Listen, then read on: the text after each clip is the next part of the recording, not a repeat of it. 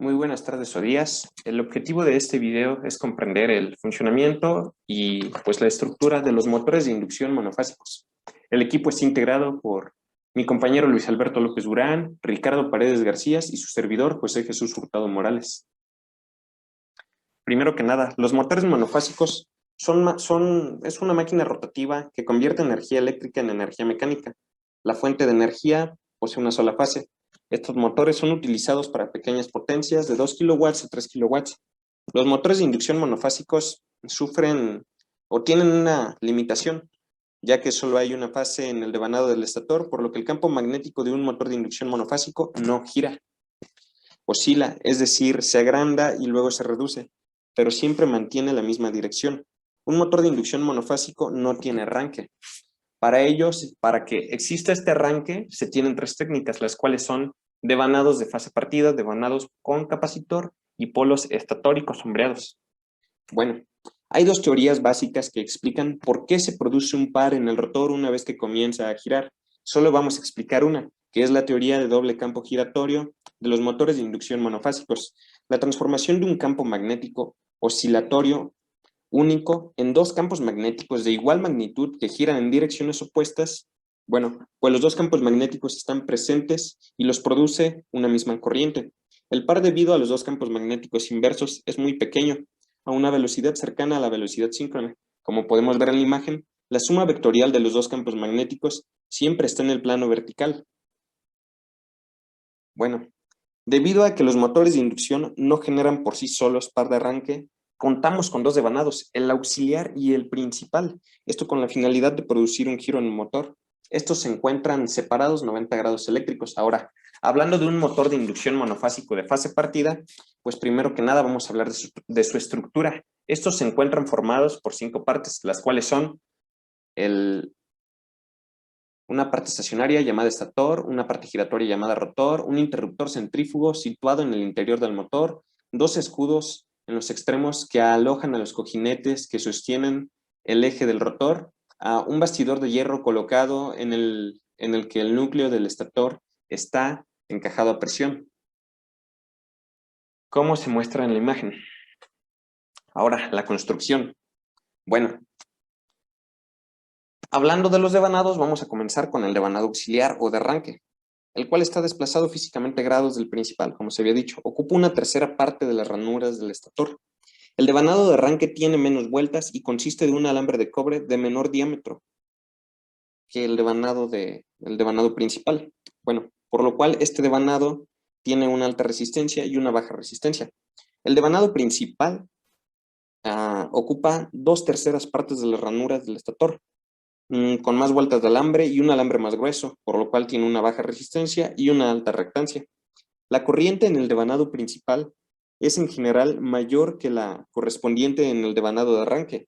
Esto debido a que el cable del devanado principal es de mayor calibre y el cable del devanado de arranque pues solo se utiliza hasta cierta velocidad. Bueno, ahora para eso tenemos que decir que la construcción del rotor de un motor de este tipo es la misma que la construcción de un motor trifásico de rotor tipo jaula de ardilla. Ahora, hablando del interruptor centrífugo, este va montado en el interior del motor. La función del interruptor centrífugo es desconectar el devanado de arranque cuando alcanza una velocidad entre el 70 y el 75% de la velocidad normal del motor. Y como se muestra a continuación en las imágenes, en la imagen del lado derecho podemos ver que el circuito eléctrico del motor está formado por lo que es el interruptor centrífugo y el devanado auxiliar, es el circuito de arranque, perdón. Sí, como se había mencionado anteriormente, cuando se alcanza una velocidad entre el 70 y el 75%, el interruptor centrífugo se abre, por lo cual ya no hay flujo de corriente en el devanado auxiliar. El motor de fase partida no suele tener un ángulo de fase eléctrico muy grande, no suele superar los 30 grados, por eso el par de arranque no suele ser muy grande. Bueno, ahora hablando del principio de funcionamiento, como podemos ver, ya que la corriente del devanado auxiliar está adelantado con respecto a la corriente en el devanado principal, el campo magnético BA, como se ve en la imagen, llega a su pico antes que el campo magnético principal BM. Puesto que BA llega a su pico antes y luego lo hace BM, hay una rotación neta en sentido contrario a las manecillas del reloj en el campo magnético. En otras palabras, el devanado auxiliar hace que uno de los campos magnéticos giratorios del estator, que giran en sentido contrario a las manecillas, sea más grande que el otro y proporciona un par de arranque al motor. Ok, y siguiendo con el siguiente tema es el de motor monofásico de arranque por capacitor. Estos son motores técnicamente mejores que los motores de fase partida. También disponen de dos devanados, un auxiliar y otro principal. Sobre el devanado auxiliar se coloca un auxiliar y otro principal.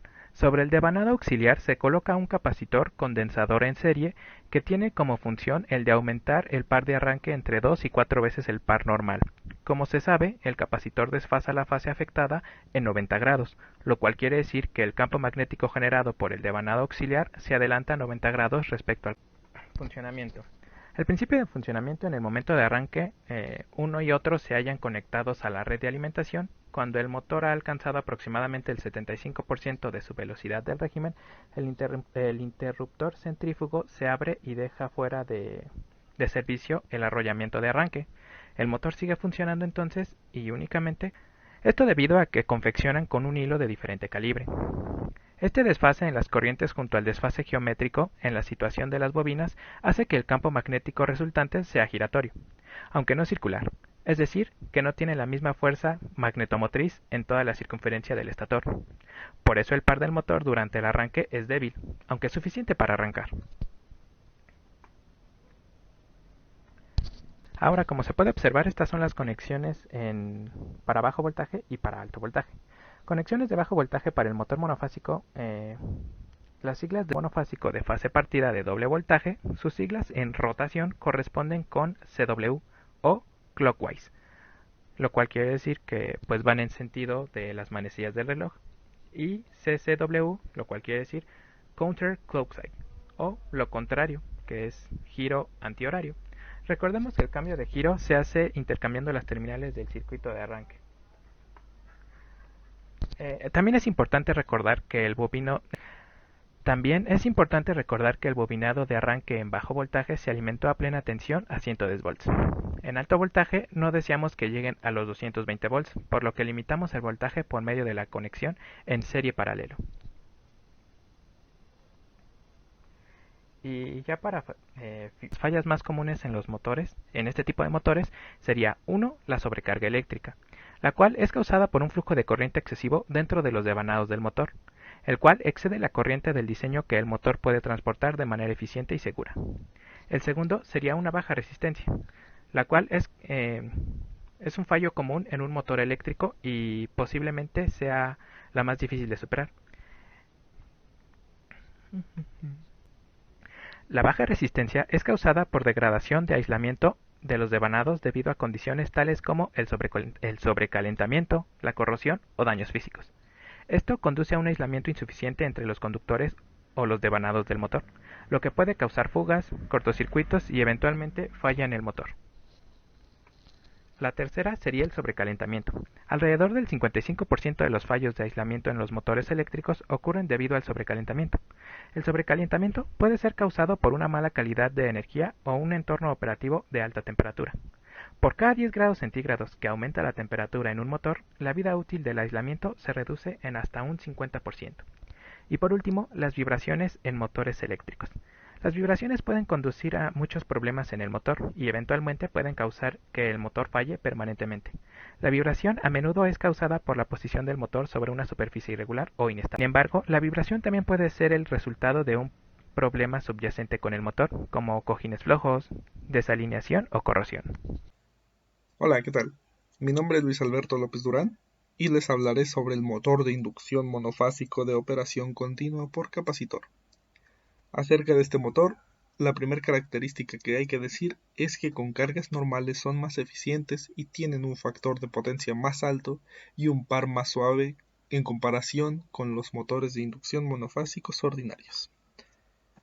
Su construcción es más sencilla que los motores de capacitor de arranque, pues estos no requieren un interruptor de arranque. El principio de funcionamiento del circuito de arranque para este motor está dado por el capacitor. ya que éste siempre mantiene en fase la corriente del devanado principal y auxiliar con una carga normal. El capacitor de arranque mejora tanto la característica par velocidad de un motor de inducción que a veces se deja permanentemente un devanado auxiliar con un pequeño capacitor en el circuito del motor. Si se elige de manera adecuada el valor del capacitor, este motor tendrá un campo magnético giratorio perfectamente uniforme dado cierta carga específica y se comportará como un motor de inducción trifásico en ese punto. Como se muestra en la imagen, es la conexión a bajo y alto voltaje. Y bueno, para terminar, vamos a hablar sobre algunas fallas en los motores monofásicos. En general son que el motor no arranca normal, pero se calienta al instante, el motor arranca despacio, es decir, despide humo, el motor funde los fusibles inmediatamente, y que el motor arranca pero chispea en su interior. Son algunos de los más comunes. Sin embargo, pues vamos a ver las razones por las que pasa esto. Comenzando con el primero, el motor arranca normal pero se calienta al instante, puede ser por 4 razones, ya sea porque el devanado auxiliar no se desconecta por efecto del interruptor centrífugo, que el devanado de trabajo empieza a cruzarse, que hay falsos contactos en las conexiones interiores o que la corriente que recibe el rotor no es apropiada. Para la segunda, esto pasa cuando los devanados se encuentran quemados por completo, los cables de conexión en contacto o 2 o más contactos de la masa por parte del devanado. Para el tercero también puede ser por lo mismo que el anterior. En el cuarto, el motor no arranca pero chispea en su interior. Este tiene dos posibles opciones. Una es que el interruptor centrífugo defectuoso no alcanza a abrir por completo y pues por efecto de la rotación tiende a despegarse y a conectarse intermitentemente. Y la segunda es que algún devanado se encuentra haciendo contacto con el rotor en el momento que está girando. Muchas gracias.